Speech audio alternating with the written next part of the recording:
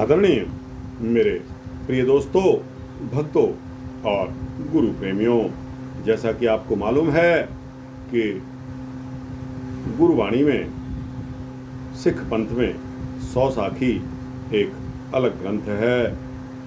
100 साखी की शुरुआत हमने की हुई है और आज आपके समक्ष 100 साखी की तीसरी साखी आपके समक्ष प्रस्तुत कर रहा हूँ। दोस्तों, उम्मीद करता हूँ कि आपको यह सूक्ष्म वृत्तांत पसंद आएगा। दोस्तों, यह सूक्ष्म वृत्तांत आपके समक्ष 100 साखी की तीसरी साखी के अंतर्गत रखा जा रहा है। आइए बिना समय गवाए इस वृत्तांत को शुरू करते हैं। दोस्तों और भक्तों, बहादुरगढ़ में दरबार लगाकर बैठे लोगों ने हरिजनों को पकड़ लिया। किन हरिजनों को पकड़ा? कि जो हरिजन जहर देकर गौ हत्या कर रहे थे। तब गुरुजी ने हुक्म दिया कि सत्य कहोगे तो छोड़ देंगे, अगर सच सच बताओगे कि गौ हत्या क्यों कर रहे हो तो आपको छोड़ दिया जाएगा। उन्होंने गुरुजी को सत्य सत्य बता दिया कि हम चमड़ी और मांस के लोभ में गौओं को मारते हैं, तो उनकी हत्या करते हैं। तब हुक्म हुआ कि सिंहों, इन हरिजनों को छोड़ दो। तब सिंहों ने अर्ज की कि गुरुजी, हमारा क्या हाल होगा, और लोग तथा राजा जंगली मृग का शिकार भी करते हैं। हरिजन गाय भैंसों को मारकर शिकार करते हैं और कई पशु इन्होंने मार डाले हैं।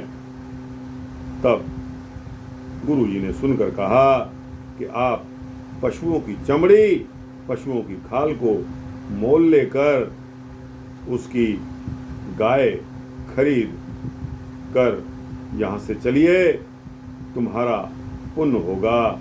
फिर गाय को कोई नहीं मारेगा और गोरक्षा होगी। सिखों ने पूछ लिया कि गुरुजी, जो छोहत मानते हैं। तब गुरुजी ने वचन किया कि शब्द नंबर 4, अंधा आगू जे थिए क्यों पाधरू जावे। हरिजन गौओं को जहर देकर चमड़े के लिए मारते हैं, सो इनको मजदूरी देनी चाहिए, चमड़ी नहीं देनी चाहिए, जो कि ये गौ हत्या ना करें। आगे राज ब्राह्मणों का था, जो खत्री, वैश्य और शूद्र जो कि सभी लग गए नामदान स्नान के साधन करने में, तथा उनके तेज में बढ़ोतरी हो गई। तब ब्राह्मणों को क्रोध आ गया। जब तब छोड़कर उन्होंने कमाई करने के काम शुरू कर दिए। नीचा कर्म करने वालों के पास आज बहुत सारा धन है, नुकसान होए तो बताओ, और फिर गुण अवगुण सभी बताने लगे। इस संबंध में, इस बारे में एक शब्द का उच्चारण करके बताया गया। क्या बताया गया? नरु मरै नर काम न आवे, पशु मरै 10 काज सवारै। राजा बाबू, तब किसी ने चमड़े की छोह नहीं रखी। चारों वर्ण छोहत नहीं रखते। खेती करने वाले कच्चे चमड़े के रस्से वर्तमान में जो बनाए, वो चर से बैठकर इस्तेमाल करते हैं। राजा और क्षत्रिय चमड़े के कमर कस्से अपनी कमर में बांधते हैं। देवताओं के दरवाजे पर भी सारंगी, ढपली, ढोलक, तबले जो वर्तमान में बनाए जा रहे हैं, और ब्राह्मणों की जूती जिससे बनाई जा रही है, उनको चाहिए कि हरिजनों से चमड़ा लेकर मजदूरी खर्च करके जोड़े बनवाएं और जोड़े बनवाकर सिखों को पहना देवें। विहंगम सिखों को, कौन से विहंगम सिख हैं? जो हवा में कलाबाजियां करके युद्ध करते हैं। बोलो श्री वाहेगुरु जी। एक सिख ने इसके बाद भी पूछ लिया कि लड़की और बहू की रीति के बारे में। तब गुरु जी ने उत्तर दिया कि सिक्खा, तू गुरु ग्रंथ साहब का पाठ करवा ले तो बाल रक्षा हो जाएगी, तथा एक रीति और यह कि बेटियों और बहुओं को पर्दे में रखना होता है।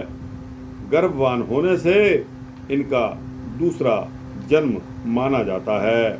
इसमें कई माताएं, कई लड़के विनष्ट हो जाते हैं। इसलिए आप शादी का शुक्राना मनाया करो, नामदान देकर भजन पाठ करवाओ जो कि भला करने वाले हैं।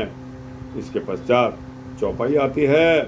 सिख गुरु के आज्ञा मानी, साखी भोग जो पाए ज्ञानी। केसगढ़ को गुरु पधारे, सिंह वाहेगुरु मुखों उचारे। चौपाई एक बार फिर आपके समक्ष पढ़ देता हूँ। सिख गुरु के आज्ञा मानी, साखी भोग जो पाए ज्ञानी। केसगढ़ को गुरु पधारे, सिंह वाहेगुरु मुखों उचारे। तो दोस्तों, यह साखी आपके समक्ष समाप्त होती है, जो कि तीसरी साखी मैं आपके समक्ष पढ़ रहा था।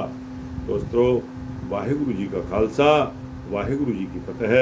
100 साखी का यह तीसरी साखी आपको कैसी लगी? अच्छी लगी हो तो इसको लाइक और शेयर करते हुए अपने दोस्तों, भक्तों, गुरु प्रेमियों को भेजना। कमेंट सेक्शन में जाकर अपनी राय अवश्य देना और इस चैनल को सब्सक्राइब कर देंगे तो आपको इसी तरह के सूक्ष्म भक्ति वृत्तांत मिलते रहेंगे। वाहेगुरु जी का खालसा, वाहेगुरु जी की फतेह।